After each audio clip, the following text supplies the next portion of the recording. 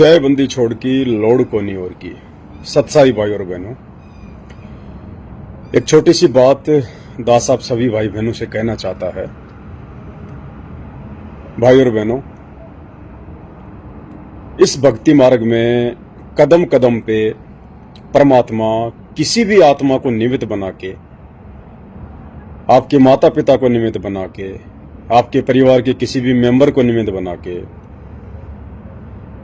जिस जगह पे आप जॉब करते हैं वहां के किसी भी आपके सहपाठियों को निमित्त बना के, आपके आड़ोसी पड़ोसियों को निमित्त बना के, राह चलते किसी भी अजनबी व्यक्ति के माध्यम से किसी को भी निमित्त बना के परमात्मा हम भगत आत्माओं की परीक्षा लेगा। गुरुदेव भगवान ये देखना चाहेंगे कि मैंने इनको जो अध्यात्म का पाठ पढ़ाया है, जिस रास्ते पर, जिस नेक नीति, ईमानदारी और सरलता के साथ में इनको आगे बढ़ने के लिए प्रेरित किया है, हर प्रकार से सावधानियां रखते हुए इस भक्ति मार्ग पर चलने के लिए अध्यात्म का पाठ पढ़ाया है। इन आत्माओं को मैंने शील, संतोष, विवेक, दया, अक्षमा और भी बहुत सारी भक्ति की जो मुख्य मुख्य जानकारियां हैं जो समझाई हैं। क्या ये उन सभी गाइडलाइन को ध्यान में रखते हुए भक्ति मार्ग पर चल रहे हैं, या खाली सत्संगों को सुनना एक रूटीन बना लिया कि गुरुजी ने कह रखा है कि आपने रोजाना 1 घंटे सत्संग सुनना तो सुनना है? क्या ये मेरे सुने हुए सत्संगों पर विचार करना सीखे हैं? बहुत सारी बातें हैं। कदम कदम पर परमात्मा आप और हम आत्माओं की परीक्षा लेंगे, और ये परीक्षा सभी की नहीं होती है। जो लोग मर्यादाएं तोड़कर बैठे हैं, जो लोग इतने सत्संग सुनने के बाद भी अभी विचार करना नहीं सीखे हैं, गुरुदेव के प्रवचनों पर चिंतन, मनन और मंथन नहीं करते हैं, जो बहुत ही ज्यादा कमजोरी में हैं, लोक लाज में फंसे हुए हैं, अभी भी भक्ति से ज्यादा अपने काम धंधे को, व्यापार को समय देते हैं, छोटी छोटी बातों को लेके परमात्मा की मर्यादाओं को तोड़ डालते हैं, ऐसे आत्माओं की परमात्मा परीक्षा नहीं लेता। परमात्मा उन्हीं आत्माओं की परीक्षा लेगा जो आत्माएं अपने जीवन का एक ही मकसद बना चुकी होंगी कि हमें इस जन्म में केवल अपने गुरुदेव की शिक्षाओं पर चलते हुए, उनके उपदेश को धारण करते हुए अपने आत्म कल्याण के लिए आगे बढ़ना है। हमने अपना मोक्ष करवाना है, उद्धार करवाना है। जो आत्माएं अपनी भक्ति मर्यादाओं को बचाने के लिए, अपने आप को सुरक्षित रखने के लिए समाज से भी लड़ जाएंगी, परिवार से भी लड़ जाएंगी, किसी भी संस्था से लड़ जाएंगी जहां उनकी मर्यादाएं तुड़वाने का प्रयास किया जाएगा, पूर्णतया वो आत्मा अपने गुरुदेव भगवान पर आश्रित रहेंगी, और हमेशा उनको एक विश्वास रहेगा, और वो विश्वास उनको हिम्मत देगा, उनको दृढ़ता देगा, और विश्वास उनको ये होगा कि जिस परमपिता परमेश्वर ने मुझे करने के लिए भजन दिया है, ऐसा हो ही नहीं सकता कि वो परमात्मा खाने के लिए भोजन ना दे। जो भजन की व्यवस्था कर सकता है, भोजन की तो वो सबसे पहले करता है। फिर वो आत्मा दृढ़ होकर आगे बढ़ती है। तो ऐसी आत्माओं को परमात्मा और अधिक दृढ़ बनाने के लिए, उन आत्माओं को और अधिक विश्वासी बनाने के लिए परमेश्वर उनकी परीक्षा लेगा। और एक छोटी सी परीक्षा परमात्मा ने इस दास के माध्यम से आप सभी भाई बहनों की ली, और परीक्षा ये थी कि परमेश्वर जी की अखंड वाणियों का जो मेमोरी कार्ड है 32 GB का, वो आप सभी भगत भाई बहनों को, जिन्होंने मुझे अपना एड्रेस सेंड किया है, सबको भेजा जा रहा है। बहुत सारे भगत भाई बहनों के घरों पर पहुंच भी गया है। परमात्मा का पाठ प्रकाश अखंड वाणियों के साथ में शुरू भी हो चुका है। बहुत अच्छा वो आत्माएं फील भी कर रही हैं।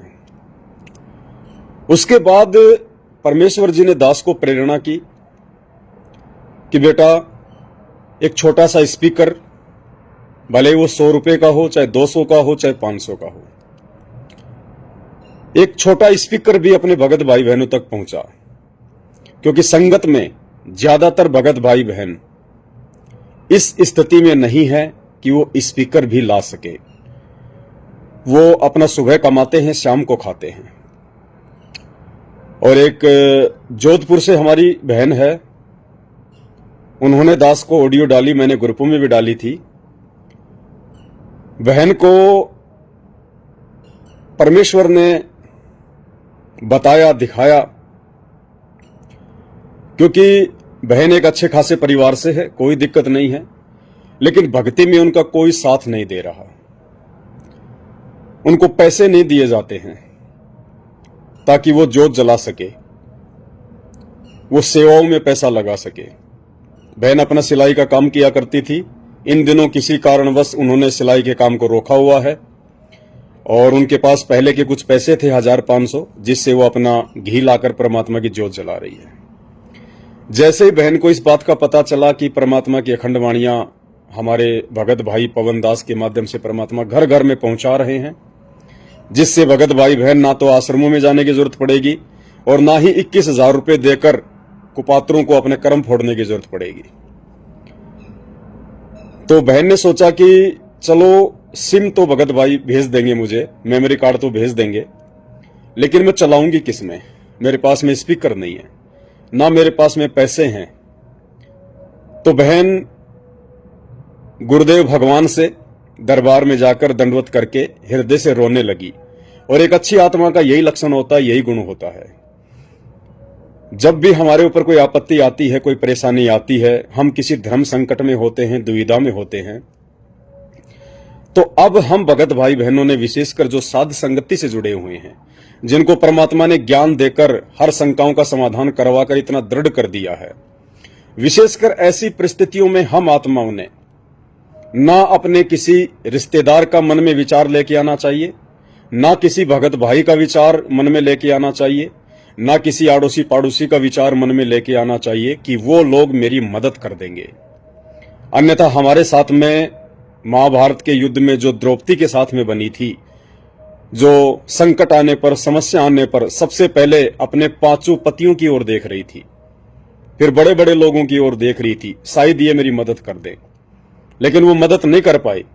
तो सोचिए, आज यदि हमारे ऊपर ऐसी कोई समस्या आएगी तो आपके आड़ोसी पाड़ोसी, आपके रिश्तेदार, आपके माता पिता, आपके सहपाठी, आपके मित्र, आपकी सहेली 5 पांडवों से अधिक सामर्थ्यवान नहीं हो सकते। भीष्म, द्रोणाचार्य और कर्ण जैसे सामर्थ्यवान नहीं हो सकते। जब वो फेल हो गए तो आज हम किन लोगों से उम्मीद करें कि ऐसी परिस्थितियों में वो हमारी मदद करेंगे? तो बहन ने अपना साथी, तमेव माता च पिता तमेव, तमेव बंधु च सखा तमेव, तमेव विद्या च द्रविणम तमेव, तमेव सर्व मम देव देव। साधु माई बाप है, साधु भाई बंद, साधु मिलावे राम से काटे यम के फंद। बहन ने अपने गुरुदेव भगवान से ही उम्मीद लगाई और लगानी चाहिए। ज्यादा लंबी चौड़ी उम्मीद नहीं थी, 400-500 रुपए की। 400-500 रुपए में स्पीकर आ जाता है। दरबार में जाकर बहन परमात्मा के सामने रोई, अंतरात्मा से रोई। ये परमात्मा आत्मा की पुकार सुनता है, अंतर आत्मा की पुकार सुनता है, मन की बकवाद नहीं सुनता। बहन अंतरात्मा से रोई, परमात्मा से पुकार की कि हे परमेश्वर, मेमोरी कार्ड तो भगत भाई हमें भेज देंगे, लेकिन मैं स्पीकर का कहां से इंतजाम कर पाऊंगी? कैसे आपकी अखंड वाणियां मेरे घर पर चलेंगी? बहन रोने लगी।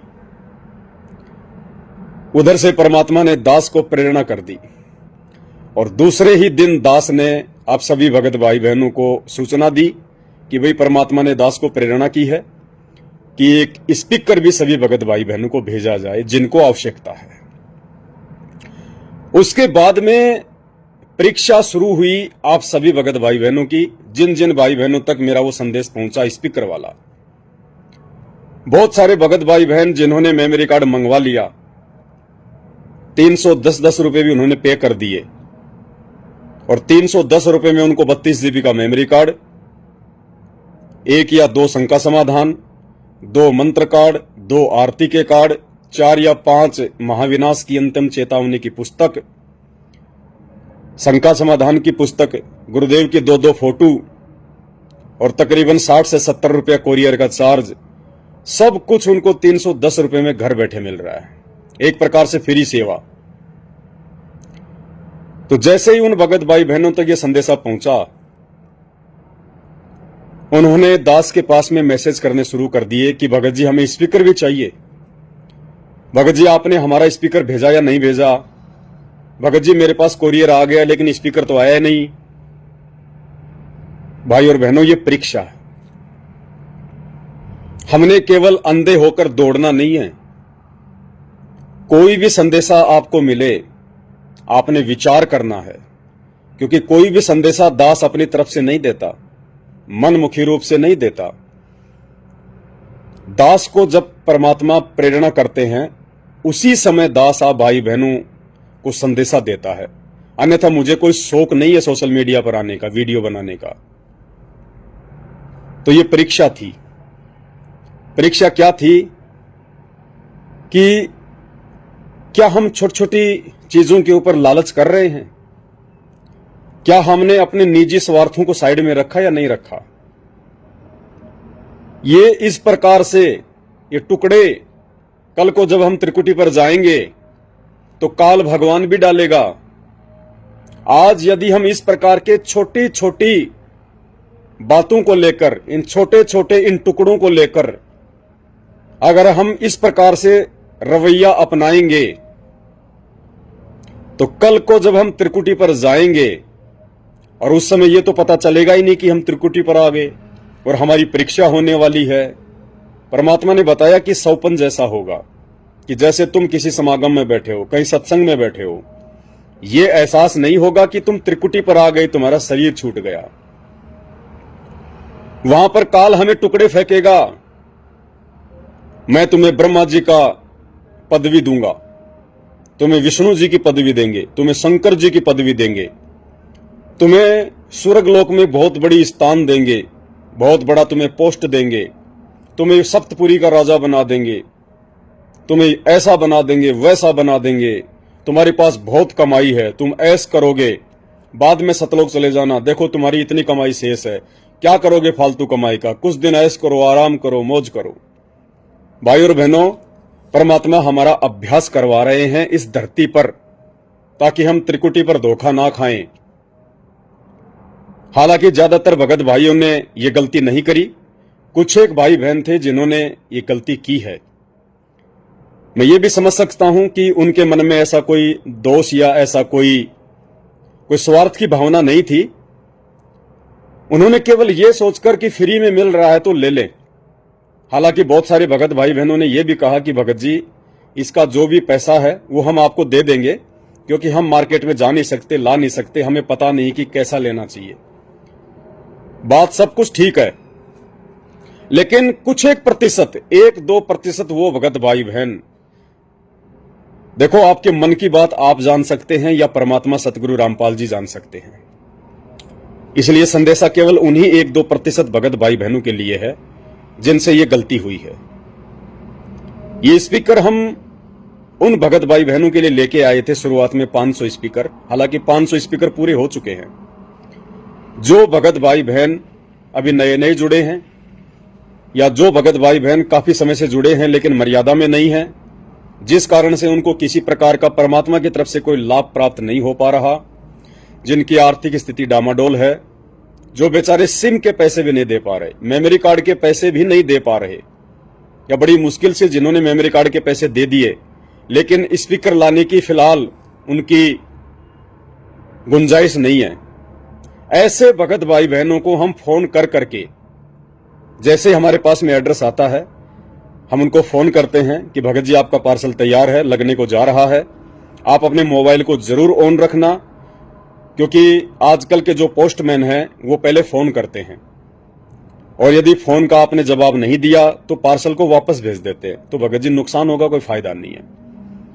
और भगत जी, यदि आप स्पीकर ला सकते हैं, यदि आपके पास में है तो बहुत अच्छी बात है। यदि आप स्पीकर खरीद कर नहीं ला सकते हैं, आपके पास इतना पैसा नहीं है, आपकी आर्थिक स्थिति इतनी दृढ़ नहीं है, तो हम आपके लिए स्पीकर भेज रहे हैं। तो 100 में से कोई 1 या 2 भाई बहन ऐसे होते हैं जो स्पीकर मंगवाते हैं। वो समझ जाते हैं कि ये सेवा हमारे उन भगत भाई बहनों के लिए है जो आर्थिक रूप से कमजोर हैं। लेकिन वो भगत भाई बहन जिनकी आर्थिक स्थिति भी अच्छी है, जिनके घर में पहले से कोई स्पीकर भी है, जो बाहर से स्पीकर भी ला सकते हैं, वो भी कह रहे हैं कि भगत जी स्पीकर भी भेज देना मेरा, स्पीकर भी भेज देना मेरा। भाई और बहनों, पहले तो आपको ये विचार करना चाहिए। देखो, मेरे पास में जो भी पैसा था, उस सारा का सारा पैसा, 1,00,000 2 लाख रुपए, आप जैसे भगत भाई बहनों की सेवा का था। और सेवा क्यों दी जाती है? सेवा दी जाती है अपने कर्म कटवाने के लिए। और कहावत है कि तेल हमेशा तिलों से निकलता है। अब वो कर्म उसके कटेंगे जिसकी सेवा लग जाएगी। और कर्म कैसे कटेंगे? तेल हमेशा तिलों से निकलता है, ध्यान रखना। परमात्मा एक दूसरे की भक्ति से एक दूसरे की भक्ति की पूर्ति करता है। मान लीजिए किसी भाई ने मुझे 1,000 रुपए सेवा दी, उसकी सेवा से स्पीकर आ गई, और आप ऐसे भगत भाई हैं जिनको स्पीकर की जरूरत नहीं है, जो ला सकते हैं, फिर भी आपने स्पीकर मंगवा लिया, तो 1,000 रुपए सेवा देने वाला भाई वो किसी भी मुसीबत में है, किसी भी परेशानी में है, उसको कोई भी तकलीफ है, और आपने वो स्पीकर मंगवा लिया जिसकी आपको जरूरत भी नहीं थी, तो उस भगत भाई बहन की सेवा से जो स्पीकर आया था वो कहां चला गया? आपके पास में। अब उसकी सेवा लग गई, अब उसके कर्म कहां से कटेंगे? अब परमात्मा आपकी भक्ति का कुछ अंश उस भगत भाई के भक्ति अकाउंट में डालेगा, क्योंकि उसकी सेवा आपके घर पर आ गई। तो आपकी भक्ति का नाश हुआ। ये इस प्रकार से भक्ति मार्ग चलता है। ये हमें गुरुदेव ने कितना समझाया। हमें गुरुदेव क्यों मना करते हैं कि बच्चों, आपने किसी भी भंडारे में भोजन नहीं करना। अपने परमात्मा के भंडारे के अलावा अपने जो जगत में जो भंडारे होते हैं, चाहे बाबा श्याम जी के हों, चाहे बालाजी के हों, चाहे किसी माता के हों, रोड पे जो लोग ठंडा पानी पिलाते हैं, मीठा पानी पिलाते हैं, भंडारे करते हैं, फल फ्रूट खिलाते हैं, जो लोग पैदल यात्रा करते हैं, उनके लिए भंडारे, सेव संतरे, हमें परमात्मा क्यों मना करते हैं? परमात्मा ने हमें क्या बताया कि जो व्यक्ति पैदल जा रहा है वो जा रहा लाभ प्राप्ति के लिए, और जो व्यक्ति घर बैठे बैठे रोड के किनारे टेंट लगाकर लोगों को सेव संतरे खिला रहा है, वो किस लिए खिला रहा है? वो भी भक्ति के लिए, पुण्य कमाने के लिए। अब उस टेंट वाले व्यक्ति को पुण्य कहां से मिलेंगे और कैसे मिलेंगे? जब कोई राह चलता हुआ व्यक्ति उसके टेंट में खाना खाएगा, फल फ्रूट खाएगा, ठंडा पानी पिएगा, मीठा पानी पिएगा, तो पीने वाले की भक्ति में से कुछ अंश उस टेंट वाले व्यक्ति की भक्ति में परमात्मा ऑटोमेटिक डाल देता है। यानी एक व्यक्ति तो पैदल जाके पुण्य कमाने की सोच रहा है, और दूसरा व्यक्ति उस पैदल व्यक्ति से ही पुण्य बैठा बैठा कमा रहा है। इसलिए परमात्मा हमें मना करते हैं कि हमने ऐसे किसी भंडारे में भोजन नहीं करना चाहिए, अन्यथा हमारी भक्ति जाएगी, वो व्यक्ति बैठा बैठा हमारी भक्ति खींच लेगा। तो भाई और बहनों, ये जो स्पीकर हैं, ये परमात्मा की उन आत्माओं के लिए हैं जो आर्थिक रूप से कमजोर हैं, और उनकी बातों से पता चल जाता है। जब हम उनको फोन करते हैं तो उनकी बातों से, उनके लहजे से ही पता चल जाता है कि ये व्यक्ति आर्थिक रूप से कमजोर है या ठीक है। तो ये हमारी परीक्षाएं होती है परमात्मा की तरफ से। ये दास बार बार आप सभी भगत भाई बहनों को 8 साल से कहता आया है कि मुझ पवन दास की किसी भी बात पे आंख बंद करके भरोसा मत करना। मैं अपनी तरफ से सब कुछ ठीक करूंगा, लेकिन अंतिम मर्जी तो सतगुरु रामपाल जी भगवान की होगी।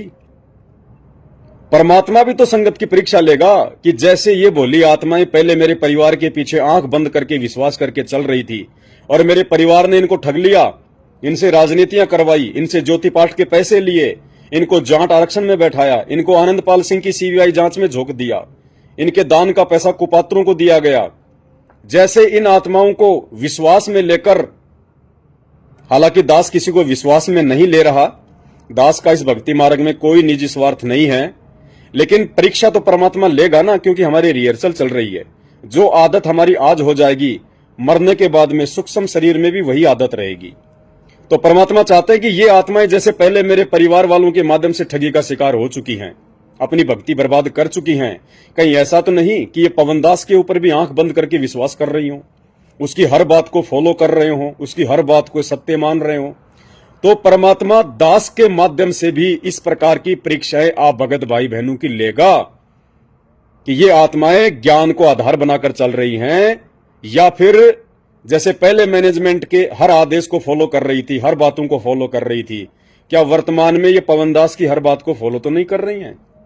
कहीं ऐसा तो नहीं कि ये पहले के जैसे ही हो गई हैं, या इनमें कुछ बुद्धि भी है, कुछ विवेक भी है? पवनदास जो बातें बोलता है उन बातों पर ये विचार करते हैं या नहीं करते हैं कि ये हमारा भगत भाई जो बोल रहा है वो गुरुजी के ज्ञान से कितना मैच करता है, हमें इन चीजों को फॉलो करना चाहिए या नहीं करना चाहिए? परमात्मा परीक्षा लेगा। और ये स्पीकर के माध्यम से भाई और बहनों परमात्मा ने एक छोटी सी परीक्षा ली थी। हालांकि 90% भगत भाई बहन इस परीक्षा में सफल हुए हैं। उन्होंने सोच लिया कि जब हमें आवश्यकता ही नहीं है तो फालतू में हम किसी दूसरे भगत की पैसे की वस्तु क्यों लें? क्या हमारे ऊपर भार नहीं चढ़ेगा? क्या हमारी भक्ति नष्ट नहीं होगी? आवश्यकता है तो बात अलग है, अनावश्यक रूप से यदि हम कोई भी वस्तु लेंगे या ग्रहण करेंगे तो भाई और बहनों वहां हमारी भक्ति नष्ट होती है।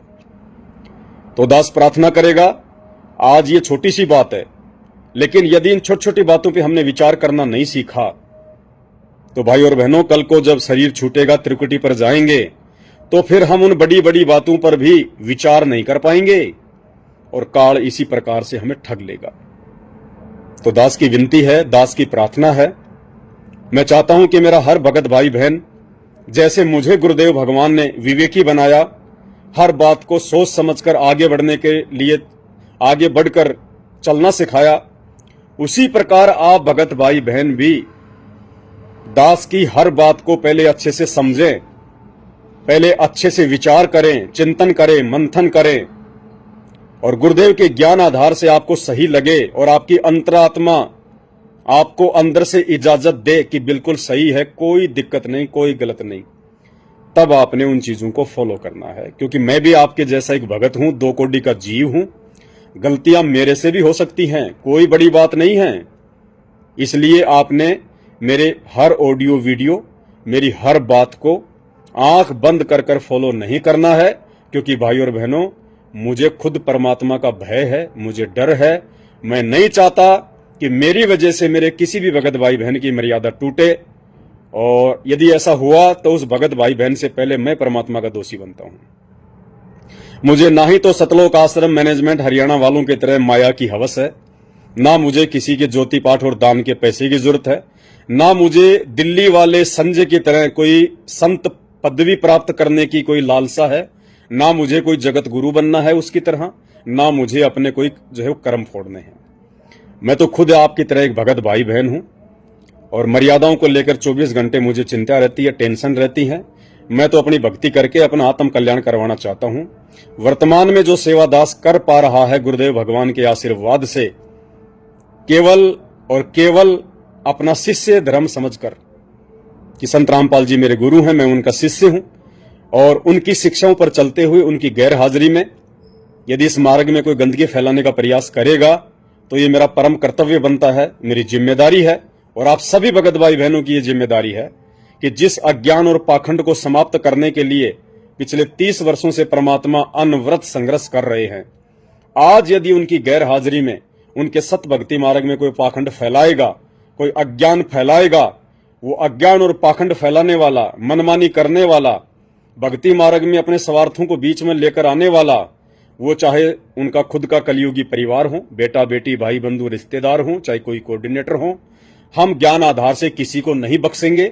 लड़ाई झगड़ा करना हमारा काम नहीं है, गाली गलौज करना हमारा काम नहीं है, लेकिन ज्ञान आधार से हम पुरजोर उन चीजों का विरोध करेंगे और हर संभव परमात्मा की प्यारी आत्माओं तक संदेश पहुंचाएंगे, ताकि वो मर्यादा में रह सकें, मर्यादा टूटने से अपने आप को बचा सकें और अपनी भक्ति को सफल बना सकें।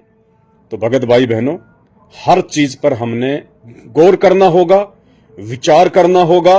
परमात्मा कब और किस समय और किस भगत भाई बहन के माध्यम से संगत की परीक्षा ले ले, ये कुछ नहीं कहा जा सकता है, इसलिए हमने हर तरफ से चौकन्ना होकर आगे चलना है। बंदी छोड़ सतगुरु रामपाल जी भगवान की जय हो। जय बंदी छोड़ की, लौड़ को नहीं और की।